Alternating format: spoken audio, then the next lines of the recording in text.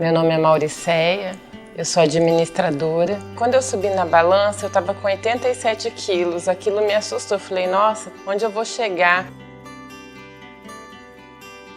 Fiz a avaliação com a Juliana e foi uma parceria assim de autoestima, porque eu estava num ambiente que me estimulava. Eu comecei, fiz a Terma, Carbox e fazia junto o fitness. E a cada mês que eu vinha fazer a avaliação, eu emagrecia 3 quilos. Aquilo foi me estimulando. Aí quando foi em dezembro que eu subi na balança, eu já tinha emagrecido 14 quilos. Então eu estou muito feliz.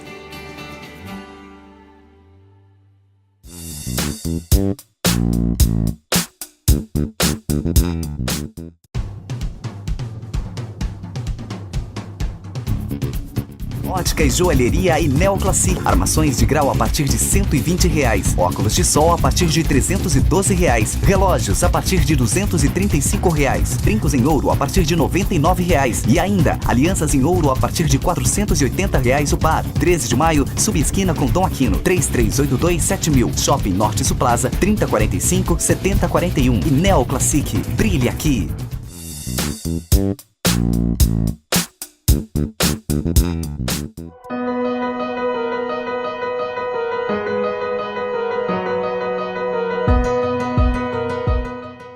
Olá! Nós estamos aqui no consultório do Dr. Luiz Ovando e logo mais a Kátia fará uma entrevista com ele. E nós vamos ter ele presente no Joias Preciosas, sempre dando dicas de saúde. Confira conosco!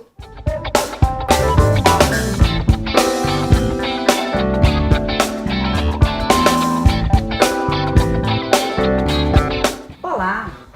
O nosso convidado de hoje é o Dr. Luiz Ovando. É médico cardiologista aqui de Campo Grande, muito querido entre nós, mas sobretudo no meio acadêmico. Dr. Ovando, como surgiu a ideia de ser médico? Kátia, é uma história longa, né? Mas eu vou tentar resumir. A minha grande aspiração quando menino, acho que quase todo menino é assim, é ser piloto da Força Aérea. Né? E eu, na época, tinha perdido meu pai, fazia pouco tempo, eu fui fazer a prova e não fui aprovado. Resolvi fazer o científico, não quis voltar, porque a Escola Preparatória de Cadetes do Ar tinha que começar do que nós chamamos hoje de ensino fundamental. Certo. Na época era o ginásio. Né? E eu resolvi terminar o científico, que é o colegial. E durante esse período eu pedia sempre a Deus, isso é importante. Né? Depois tem uma experiência muito interessante em relação à resposta de Deus. Né? Então eu resolvi fazer 3 anos de científico e no primeiro vestibular, esse é meu grande trunfo, eu sempre digo isso para os filhos. No primeiro vestibular eu fui aprovado. Eu digo para eles, eu não sei o que é fazer vestibular, só fiz um. Nossa, aqui em Campo Grande? Aqui em Campo Grande, na Universidade Estadual de Mato Grosso. Na época era Centro de Ciências Biológicas, não era universidade ainda. Certo. Né? E eu acho que era a única de medicina na época, né? Era a única. Eu sou da 3ª turma da Universidade Federal de Mato Grosso do Sul, que virou federal depois de 1979, quando o estado foi dividido. Doutor, me conta uma coisa, o senhor nasceu aqui em Campo Grande mesmo, então? Eu sou corumbaense. Ah, você também é corumbaense. Sou corumbaense da Peixeirada. Quem está ouvindo sabe o que eu estou falando, né? Tem histórias interessantes também em relação a isso, mas é uma cidade que eu gosto muito, o povo é muito bom, excepcional. Muito acolhedor. Né? E tirando fora o calor, mas quem está lá está adaptado. Quem gosta também. Exatamente. Mas eu sou corumbaense. Então você se formou aqui em Campo Grande e em que ano mais ou menos, doutor? Eu terminei o curso em 1975. Né? Este ano faz 43 anos. E a gente já tem alguma experiência, né? De vez em quando eu olho e falo, estou ficando velho, não tem jeito. Mas é assim mesmo, a vida é isso, né? E depois disso eu fui obrigado a servir e cumprir o meu compromisso com a nação, que era de servir o Exército. Servi na cidade de Iguatemi, Iguatemi fica no sul do estado. Na época o estado era único, né? Quase fronteira com o estado Paraná, muito- quase divisa com o Paraná, não é? Isso, aí tem Eldorado, Mundo Sim. Novo, Guaíra, já no Paraná, né?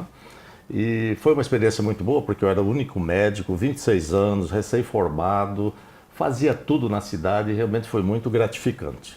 E como iniciou sua família? Casamento? Esse é outro dado interessante, né? A gente, quando convive com os jovens, como é hoje, né? O que é interessante na escolha é a beleza. Né? É verdade.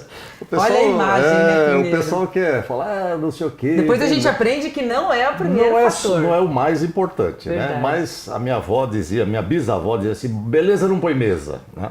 Mas atrai muito, Põe né? um pouco. Nós temos aquele senso de beleza interior que nos foi dado por Deus, naturalmente.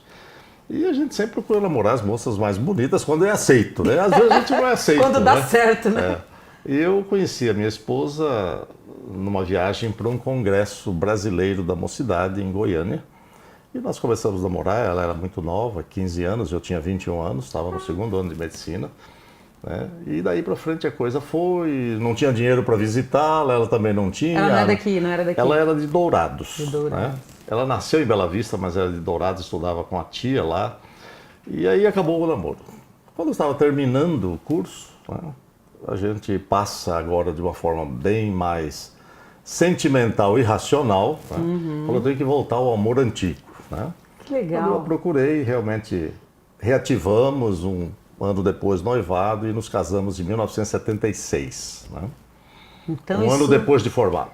Isso já fazem 42 anos em 18 de casado, dezembro. olha que É. bênção. Doutor, quando você diz que a conheceu, né, num congresso de mocidade, Uhum. o senhor já vem de família cristã? Sim, eu nasci num lar cristão. Que bênção. Né? Eu sou da primeira igreja batista de Corumbá. Os corumbaenses estão ouvindo aí, né? Fica na rua Dom Aquino, 912. São aquelas memórias que não desaparecem. né? Deliciosas. Desde pequeno, correndo na igreja, brincando, participando de todas as atividades na igreja, união de juniores, né? Intermediários, existia isso, hoje não tem mais, né? E depois a mocidade. Mas em Corumbá eu fui junior, né? Vim para Campo Grande com 11 para 12 anos de idade. Para estudar. Não, meu pai mudou para cá. Ah, mudou. Meu pai mudou para cá. Campo Grande era a cidade que mantinha contato rodoviário com o resto do país. Corumbá não tinha, era só ferroviário. Verdade. E navio, né, ou seja, fluvial, com o Paraguai e Argentina. Então meu pai resolveu vir para cá e a gente mudou para cá. Então sua trajetória, tanto profissional quanto familiar, já iniciou nos projetos do Senhor. Eu acredito que sim, Kátia, acredito que sim. Doutor, e com relação à sua profissão, né, com relação à medicina, aí depois o senhor se especializou em cardiologia?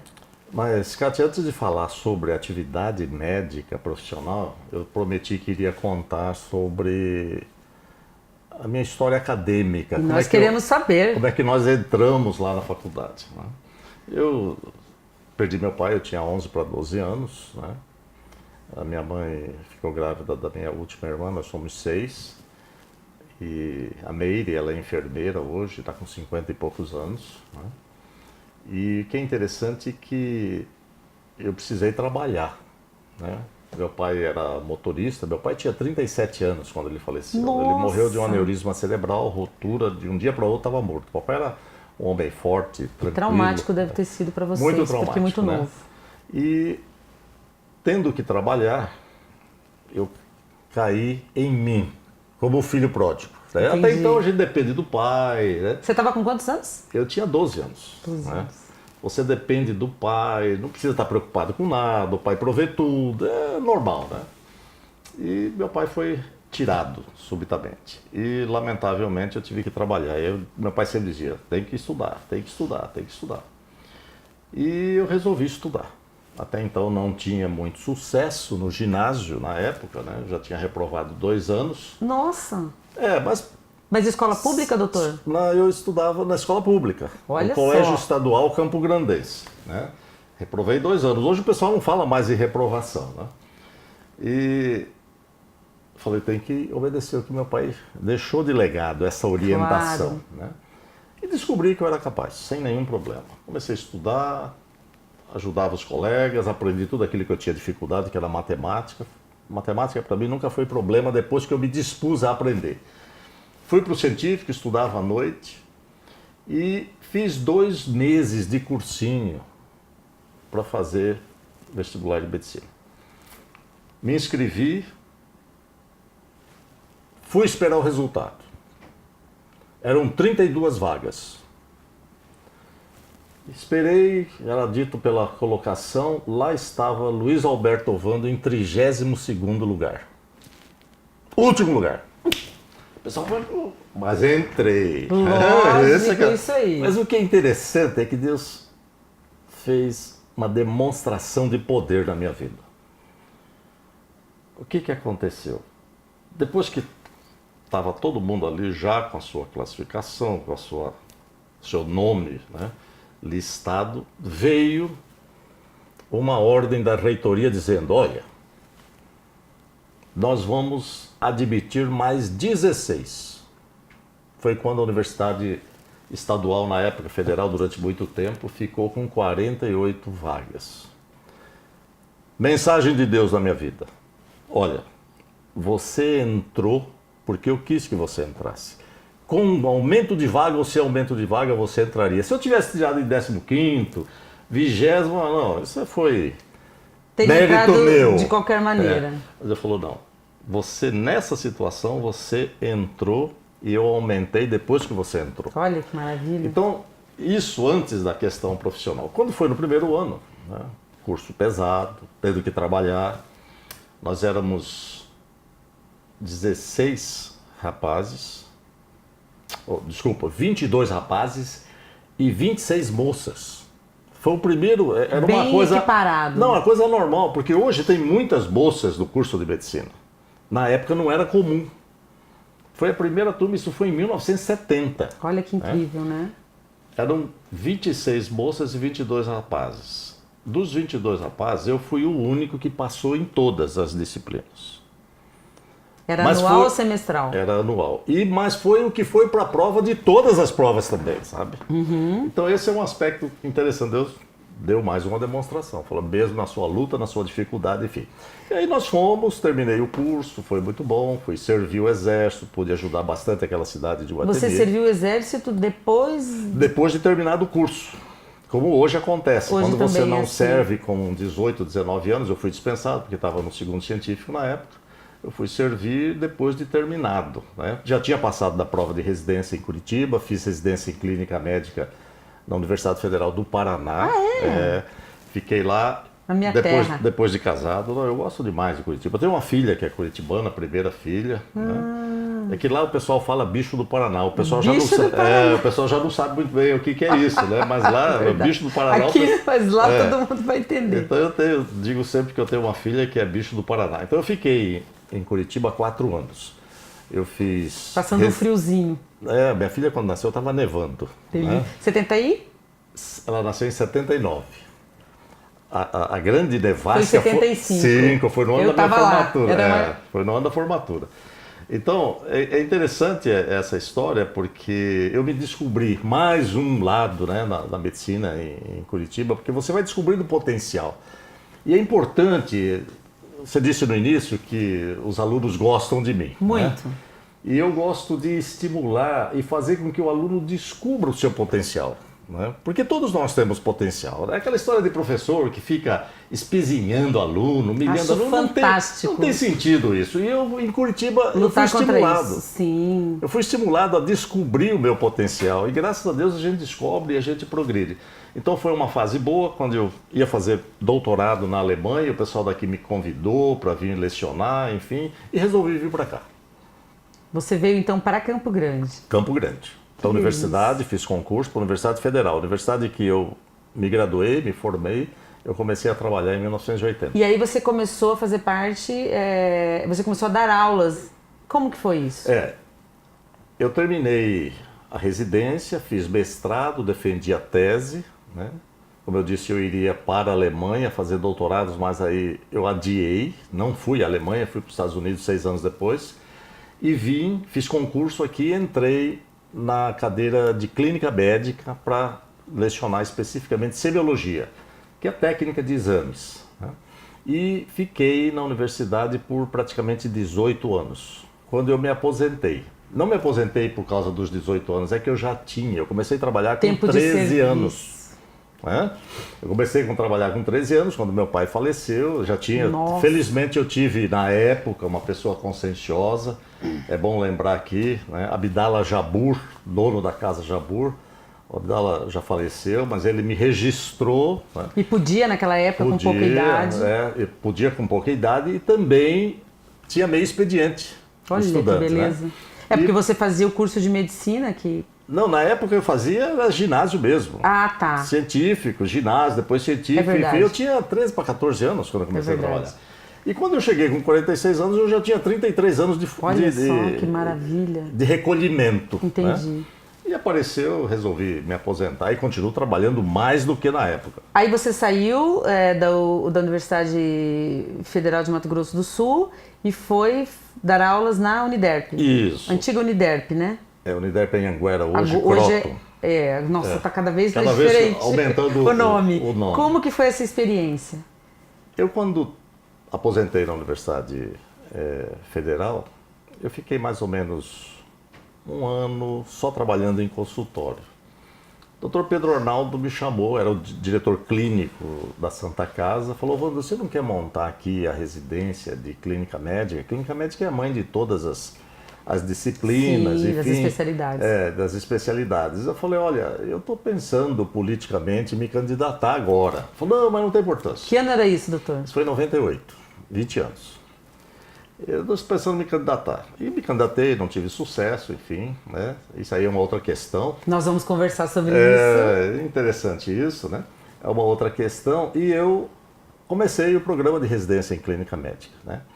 A clínica médica, na época, era como se fosse um depósito. Hoje, felizmente, né, a clínica médica faz a diferença na Santa Casa. Você é chefe da cadeira de clínica médica? Na clínica médica, eu comando a parte da residência em clínica médica. Certo. E nessa época, né, por volta de 2000, quando foi criado o curso de medicina da Uniderp, que foi o segundo curso aqui em Mato Grosso do Sul, a administração me convidou e me ofereceu um salário. Eu falei: não, por isso eu não trabalho. Aí ano seguinte, mesma coisa. Aí eles, na terceira vez, eles perguntaram: quanto que você quer ganhar? Falei: agora mudou a conversa. Claro. Aí nós acertamos e tal, né? Não teve problema. Então eu tenho estado participando do corpo docente da Uniderp, depois em Anguera e agora Croton, desde 2002, praticamente há 17 anos completos, 15 anos completos, este ano faz 16 anos, e participo com o 5º e 6º ano ali na Santa Casa. Eu pergunto sobre a sua experiência né, na universidade, dando aulas e tudo mais, porque eu tenho uma filha que foi sua aluna, né, no curso de medicina, Camille. E ela me falava muito, não só da sua capacidade profissional, da sua generosidade como professor, mas principalmente como homem de Deus. Me fala, como que você consegue, como que você consegue administrar isso? Falar da parte profissional, estando num ambiente acadêmico, sobretudo na área de medicina, que são pessoas normalmente um pouco mais racionais, mais céticas, mais pela ciência. Como você consegue, dentro desse ambiente, falar tão bem e ser tão bem recebido? A receptividade é muito grande, porque eu realmente tenho essa informação não só da minha filha, mas de outros amigos que fizeram um curso de medicina e falam muito sobre isso. Me conta, como você consegue? Essa pergunta é muito interessante, né? De uma maneira geral, as pessoas, quando falam de alguém que é crédulo, né, eles já querem deixar de lado, porque são pessoas que às vezes não se abrem para uma discussão um pouco mais abrangente, envolvente. O médico, como você disse, ele é cético, né? É desconfiado. Ele é igual o delegado. Eu digo sempre, tem 3 profissões extremamente angustiantes para quem exercita, porque ele tem que ficar com o pé atrás, né? É o pastor, o delegado e o médico. Ele sabe de todas as desgraças. Né? Verdade. Enfim, e quando você começa a trabalhar, o jovem, ele tem espaço na cabeça dele basicamente para as questões racionais. Né? Direto, não perde tempo com isso e tal. À medida que os anos passam, você vai percebendo que tem mais coisas, né? Além simplesmente do número, da racionalidade, da fisiopatologia, enfim. E com o passar dos anos, alguns anos de experiência a mais, você descobre que o ser humano ele é muito mais amplo e complexo, né? E o que é interessante é que a gente estudando a vida de indivíduos, e há pouco tempo estava lendo sobre a questão da NASA, né? Sobre a questão da criação do universo, porque nós temos dois grandes enigmas hoje na vida, né? Primeiro é a criação do universo, segundo é a origem da vida. Sim. O pessoal não quer admitir que fosse Deus o Criador, né? Eu digo sempre, não tem outro jeito, Não tem. É Deus. E quem fala isso não sou eu só, a gente vê isso ao longo da vida. Então, quando você está convencido disso, né? Não tem jeito de você buscar outra forma de ser. De se expressar. Se expressar. Nós somos Isso mesmo. criaturas de Deus e muitos filhos, porque o aceitaram no seu projeto, né? E isso é importante. Né? Por quê? Deus, na sua infinita bondade, sabedoria e, sobretudo, amor, quis resgatar esse homem que se afastou de forma rebelde dele. Então, o que Deus preparou no universo e a sua segunda maravilha, que é o plano de resgate do homem, é uma coisa fantástica. Fantástico. Então não tem jeito de você negar isso. Não tem forma de você, de alguma maneira, falar, não, Deus não existe, essa é conversa mole, foi o Big Bang e tal. Até pode ser o Big Bang, mas quem que fez a matéria que está ali? Que estava ali. Né? A primeira lei da termodinâmica mostra que você nada cria e tudo se transforma. Mas o universo não poderia criar ele mesmo, porque a energia é matéria e matéria é energia.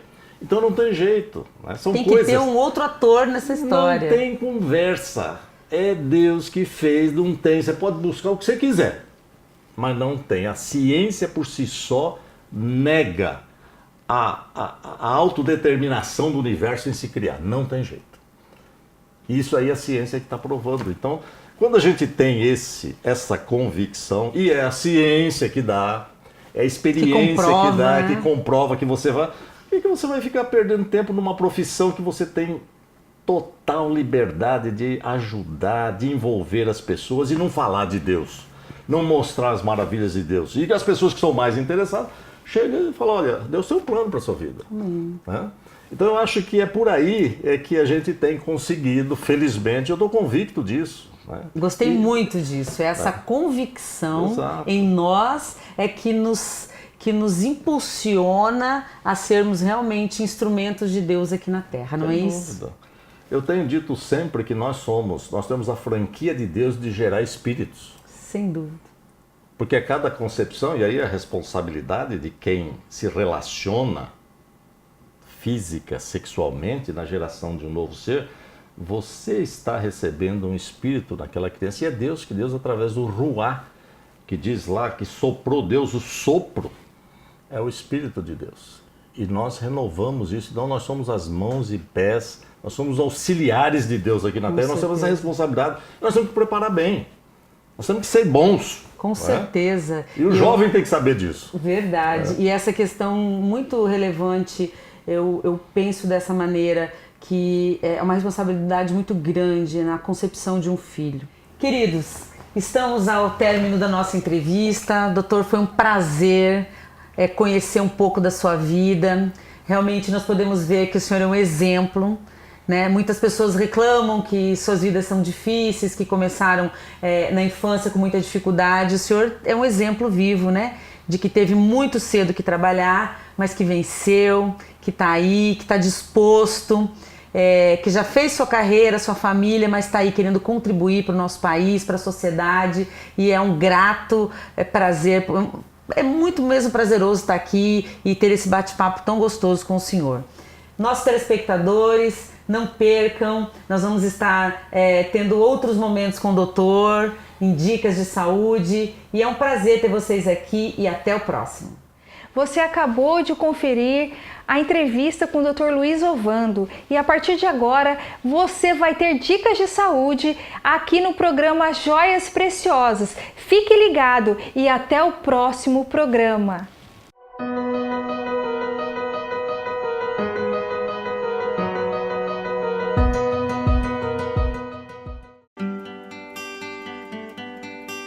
Meu nome é Mauricéia, eu sou administradora. Quando eu subi na balança, eu estava com 87 quilos. Aquilo me assustou. Eu falei, nossa, onde eu vou chegar? Fiz a avaliação com a Juliana e foi uma parceria assim de autoestima, porque eu estava num ambiente que me estimulava. Eu comecei, fiz a Terma, Carbox e fazia junto o fitness. E a cada mês que eu vinha fazer a avaliação, eu emagrecia 3 quilos. Aquilo foi me estimulando. Aí quando foi em dezembro que eu subi na balança, eu já tinha emagrecido 14 quilos. Então eu estou muito feliz.